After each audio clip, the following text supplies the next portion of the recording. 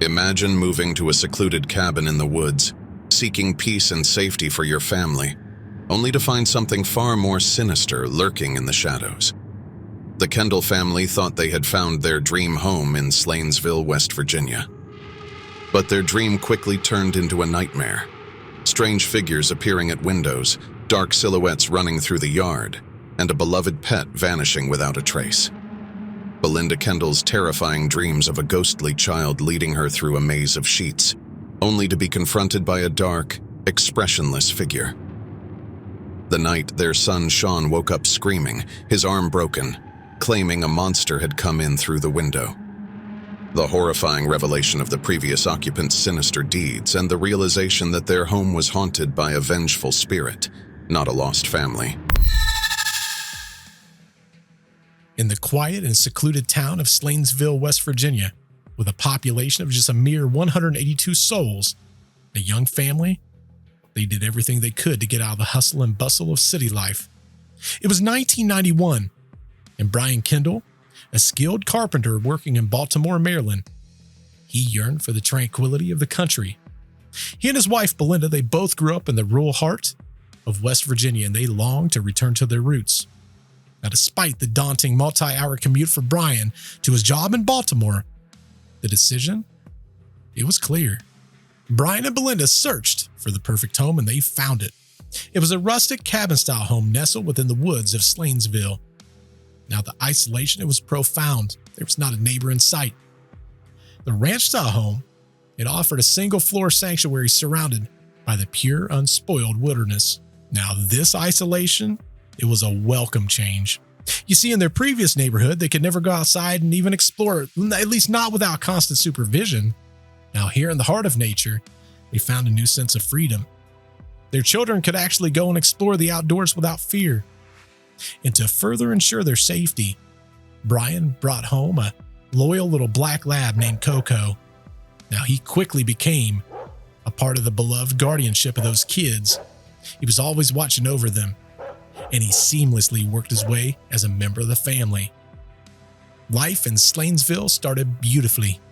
The Kendalls fell in love with their new home and the serene lifestyle it offered, and everything was perfect.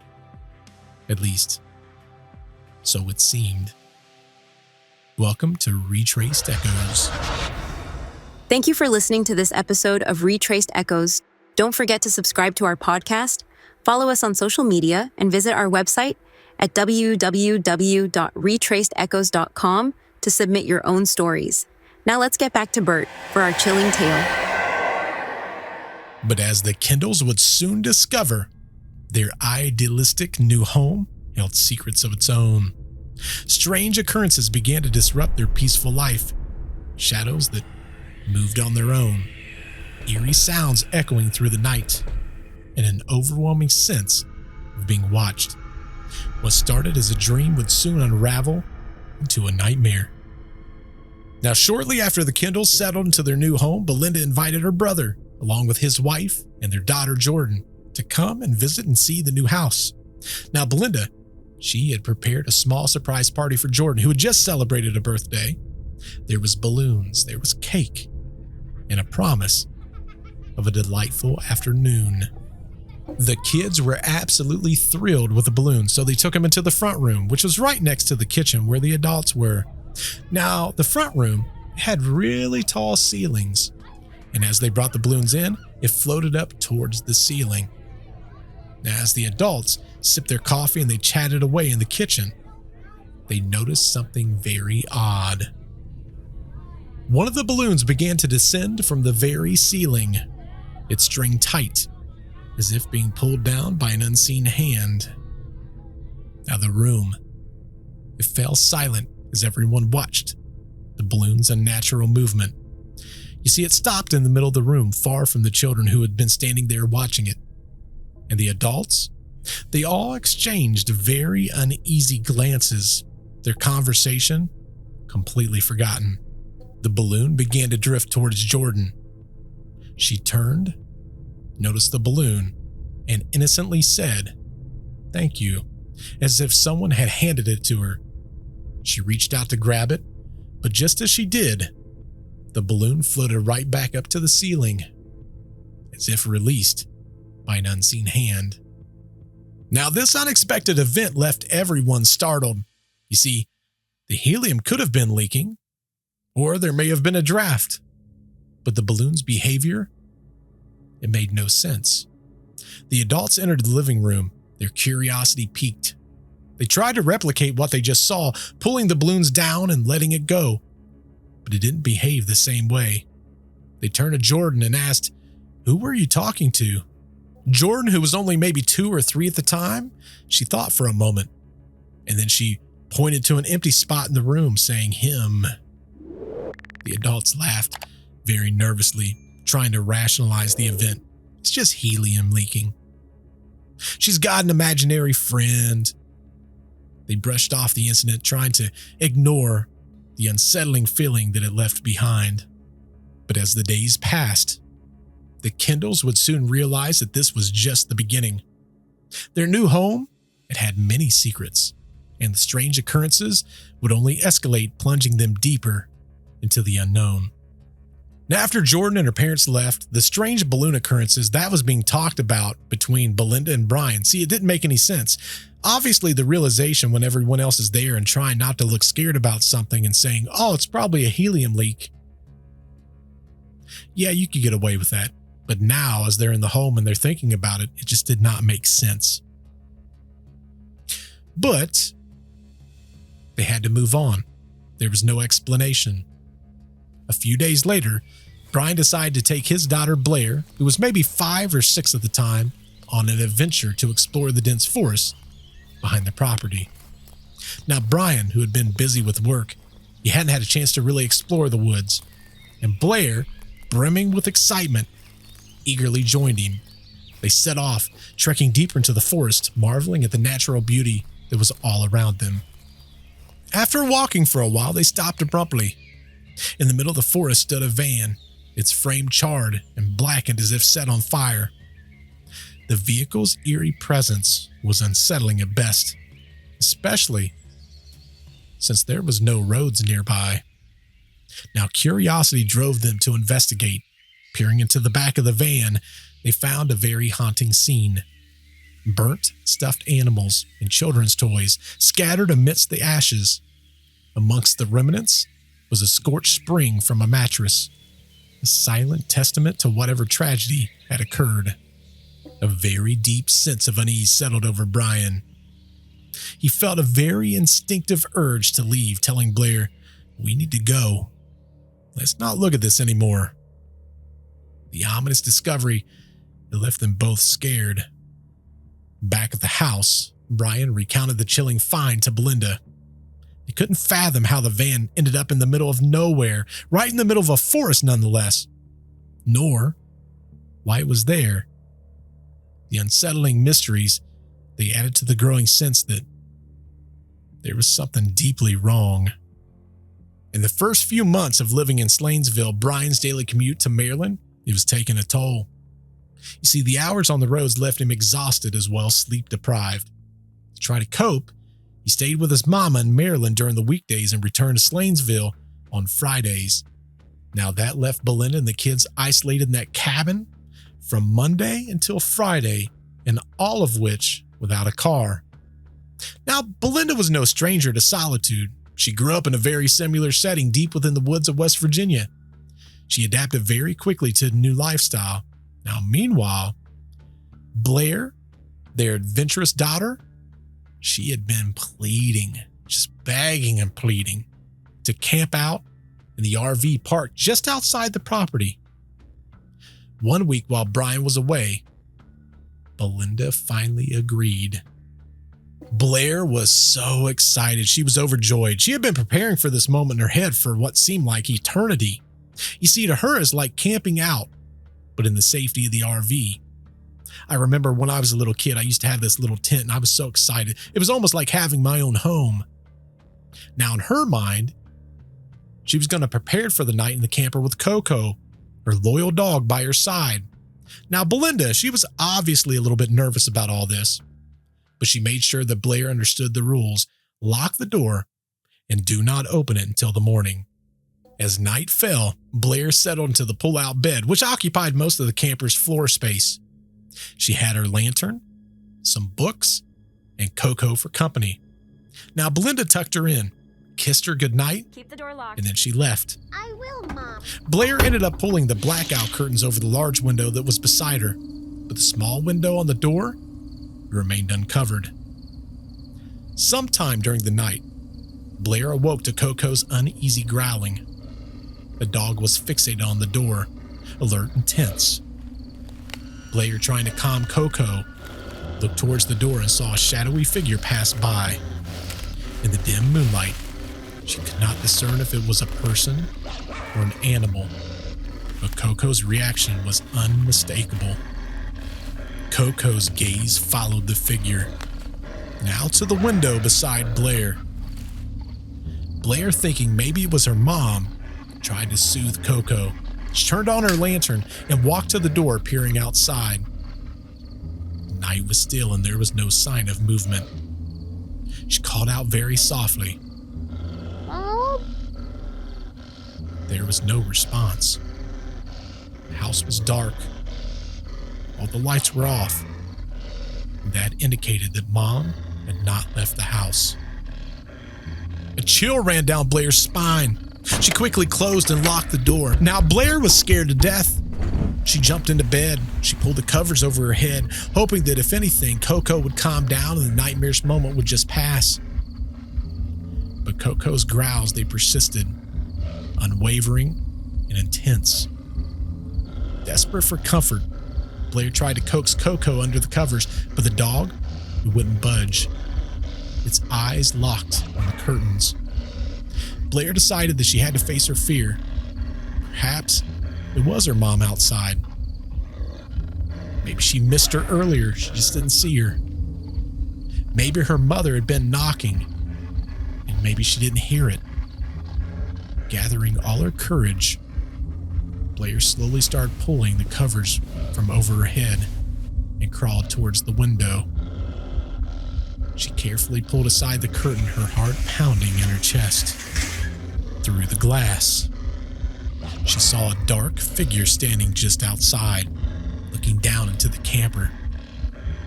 The figure was extremely shadowy, distinct, but unmistakably human-like.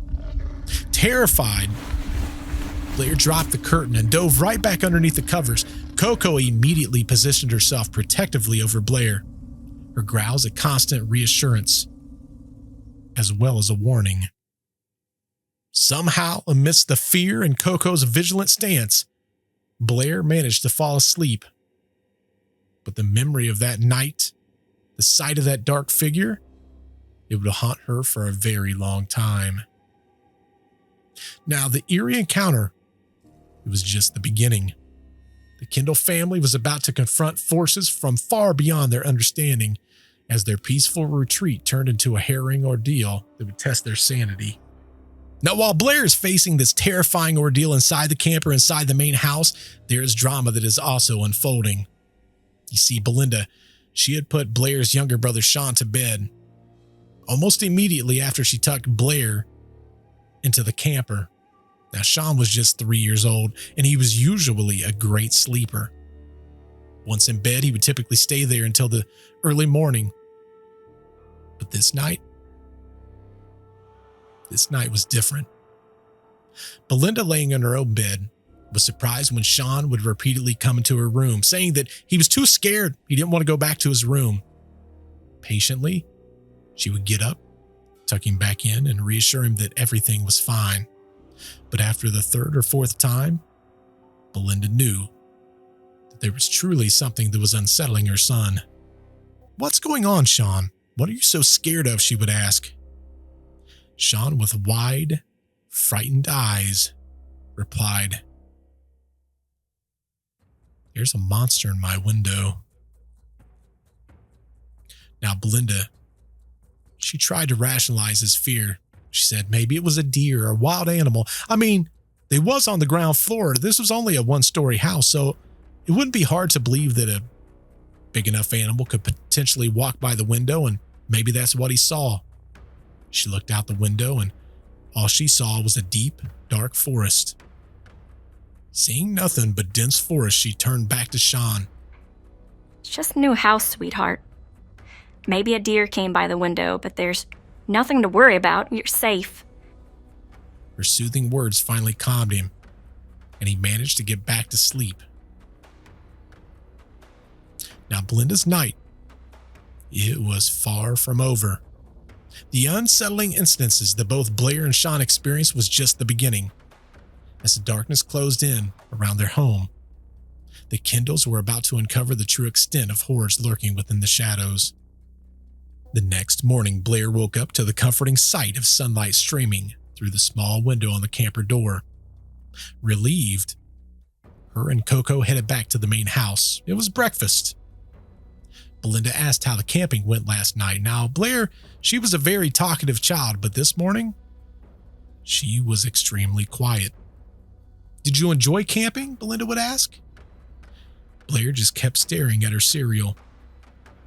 "I don't think I want to go camping anymore." Now, even though Belinda thought that this was very odd, she didn't press the matter. Now, the day passed without anything else going on. It was a relatively normal day.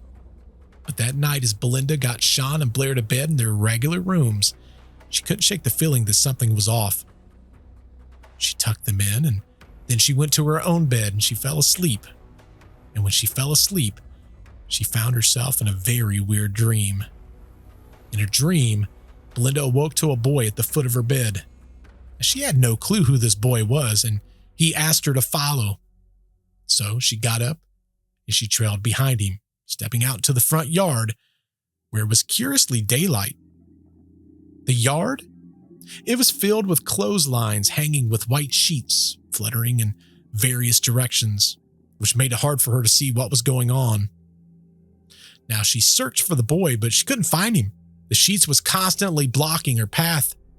Suddenly, she felt something pinching her toe. She looked down and saw a clothespin attached to her right big toe. She reached down and removed it, and at that very moment, she woke up. Now completely awake, Belinda sat up. She was completely just disoriented.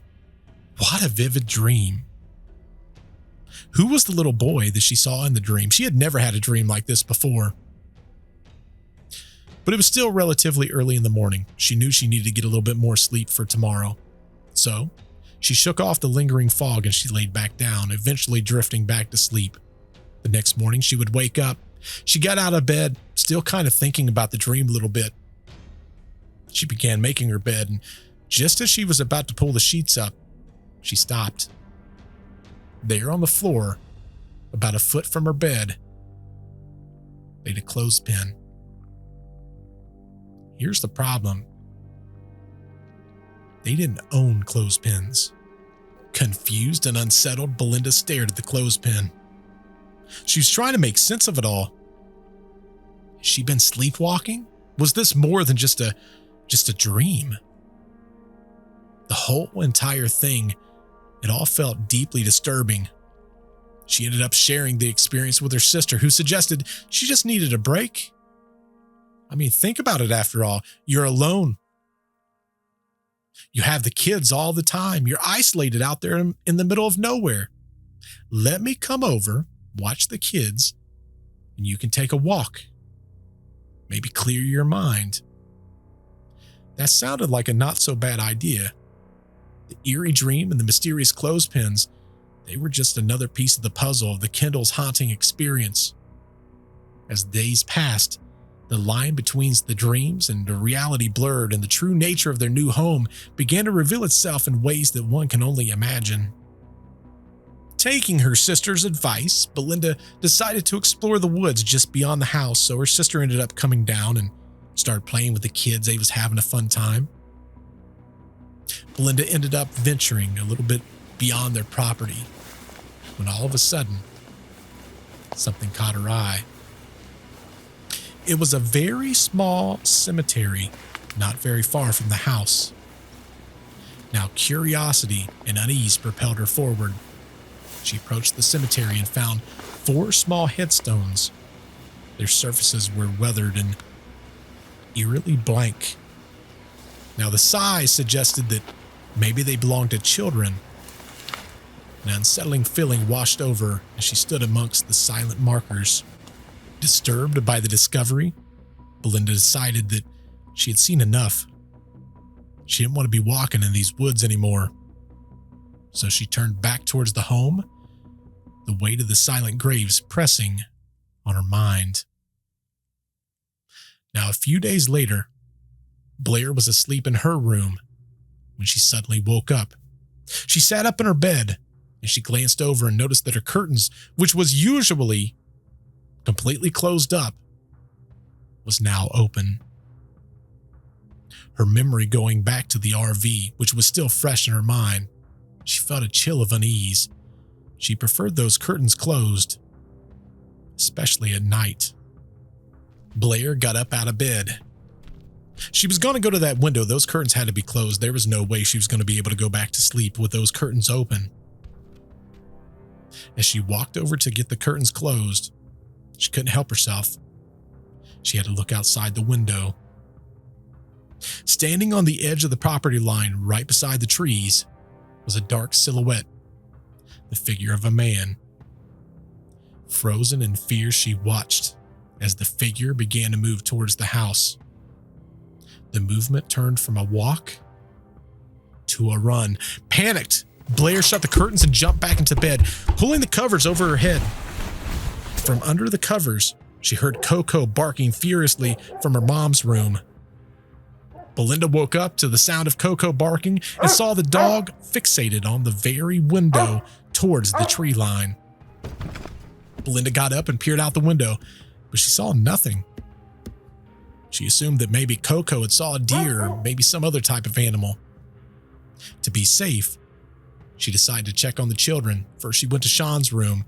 He was still fast asleep, undisturbed by the commotion. Then she went to Blair's room and found Blair hiding under the covers, clearly scared to death.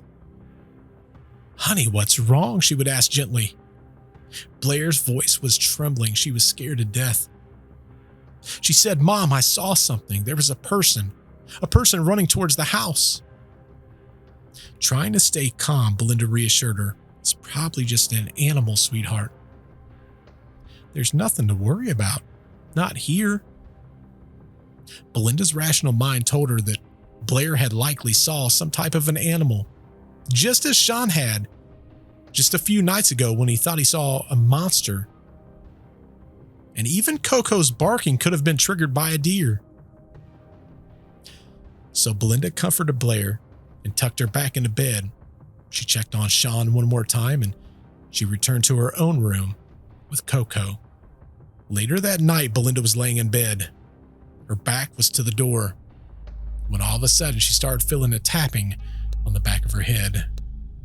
Assuming that it was Sean or Blair, she didn't even open her eyes. She just said, "Honey, there's nothing to be scared of. Just go back to sleep." Silence would follow, and then the tapping would resume. Now this time, Belinda opened her eyes, rolled over to reassure one of her children, and there was no one there. Startled, she noticed Coco was now in her bed, growling in the direction of the tapping. Alarmed, Belinda flipped on the light and scanned the room. There was no one. She quickly checked on Sean and Blair, finding them both fast asleep. Determined to assure that everything was secure, she walked through the entire house, checking the locks and peering into the dark corners. But there was nothing there. Nothing that would make any kind of sense of what just happened. She returned to her bed. Belinda sat with Coco, her heart pounding. The unsettling events, the children's sightings, the cemetery, the mysterious clothespins, and now the unexplainable tapping that had left her deeply shaken. For the first time, the words haunted crossed her mind in connection with her own home. As the darkness grew thicker around the Kendall home, the realization dawned that their peaceful retreat was anything but. The next day, Belinda needed a break. All these weird things that was happening inside the house, she just needed to know that there was life outside of that house. So, she called her mom. She asked if she could borrow the car to run some errands, and her mom agreed. She ended up dropping off the car, and soon Belinda was ready to go. But before she could leave, she wanted to make sure that Coco was outside in its cage, ensured that it was locked and secured. After they did that, they took off. They headed to the gas station in Slanesville, where Belinda began fueling the car. The least she could do was fill up the car for her mom. Another local woman pulled up beside her, and the two, they struck up a conversation. Now, while they stood there talking, the woman asked Belinda, "Where do you live? Like, you don't look familiar. Are you relatively new to here?" And Belinda was like, "Yeah, we haven't been here too long, and we typically stay at home." So she started describing her house, and the woman's expression changed. "You know the story about your property?" she would ask. Belinda shook her head. The woman explained that many years ago, a terrible fire had occurred, and it occurred near that property, resulting in the tragic death of an entire family. Now, Belinda, she mentioned the small cemetery that she had discovered, and the woman nodded, confirming that it was likely the resting place of the family who had perished in the fire. As Belinda pulled away, she couldn't stop thinking about the story, about the family, about the tragic events. As odd as it sounds, there was a sense of relief that kind of washed over her. It gave her closure. Now the cemetery, it made sense. It's sad why it happened, but now she could at least understand why there's a cemetery. And the thought of her home being haunted by this family, it didn't seem as frightening. Instead, it just seemed sad. When Belinda and the kids returned home from their errands, they was met with a very unsettling sight. Coco was gone. They rushed outside to the cage and found it fully intact, and it was locked. There was no sign that Coco had burrowed underneath the fence or escaped on her own. The only conclusion that they could come to was that someone must have taken her. Despite searching and hoping, they would never see Coco again. Now, this loss was devastating. Coco wasn't just a beloved pet. She was a part of the family, a source of comfort, and a source of protection. A couple of days later, Brian was home from work and the house was completely quiet. Everyone was asleep except for Belinda. She was still up. She was watching TV. She was trying to unwind. Now, eventually, she would get up and go to the TV and turn it off, and then she would go to bed. Now, as she would drift off to sleep, there was a very familiar and unsettling dream that would return. She found herself waking up in that dream and seeing the same boy at the foot of her bed. So, much like last time, she got up and followed him outside into the front yard.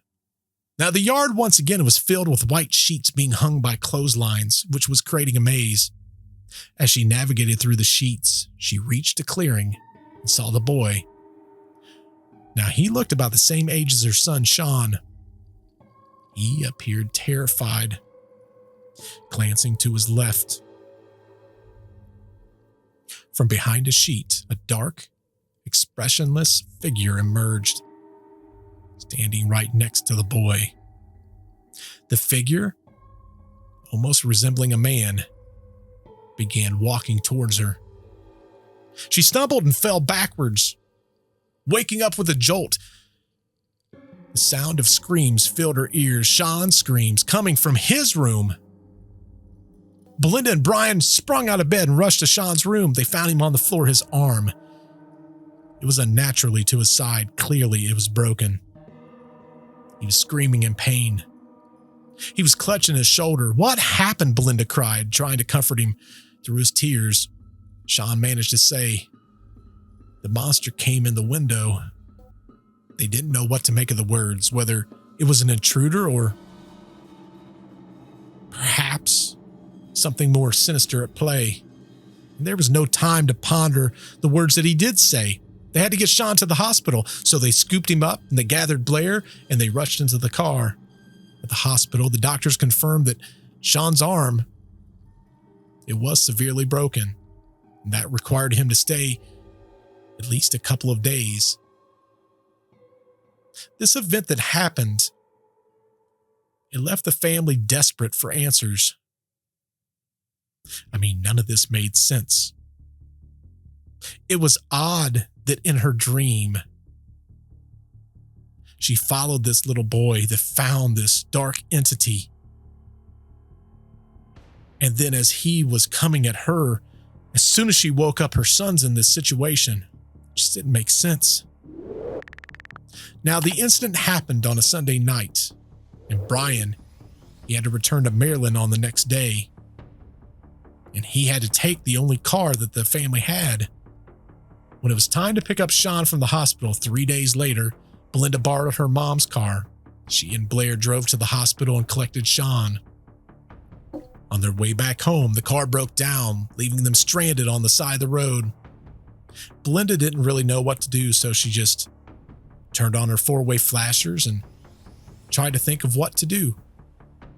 Eventually, another car would pull up. It was another resident of Slanesville, and they wanted to help. An older woman stepped out and offered them a ride. Grateful, Belinda accepted, and they all loaded into the woman's car.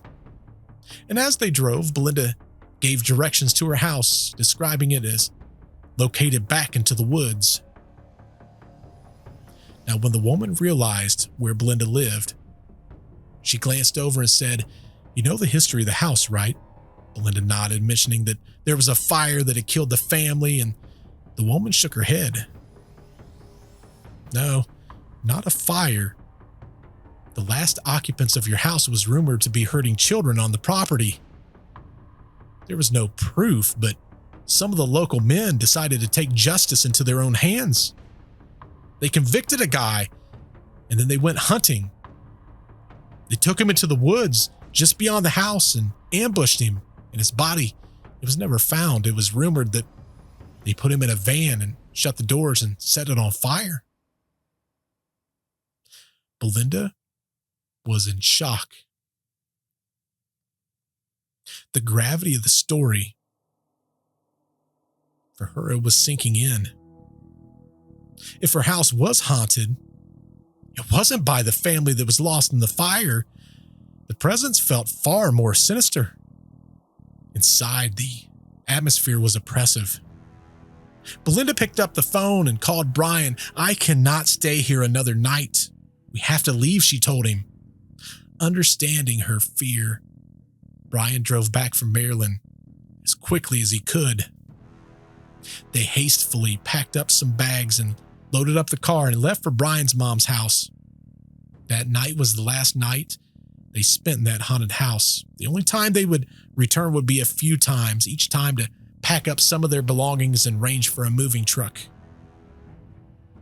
The Kendall family, they left Slanesville behind, taking with them the memories of their chilling experiences. The house, with its dark history, remained a silent witness to the horrors it had seen. Thank you for stopping by and joining us for another episode of Retraced Echoes. We hope you enjoyed today's haunting tale. Be sure to check out all of our social media accounts for additional content. You can find us on X, formerly known as Twitter, Instagram, TikTok, and Facebook, for the latest updates and behind-the-scenes peeks. Don't forget to check out Bert's other podcast, Deceptive Reality, which he co-hosts with his friend Nick. Every week, they do a deep dive into unsolved mysteries that will leave you questioning the unknown. We'd love to hear your spooky stories. Be sure to submit them on our website. Your story could be featured in a future episode. Well, everybody, until I see you again, please be safe, and remember, the truth is out there, waiting to be retraced. Until I see you in the next podcast, goodbye.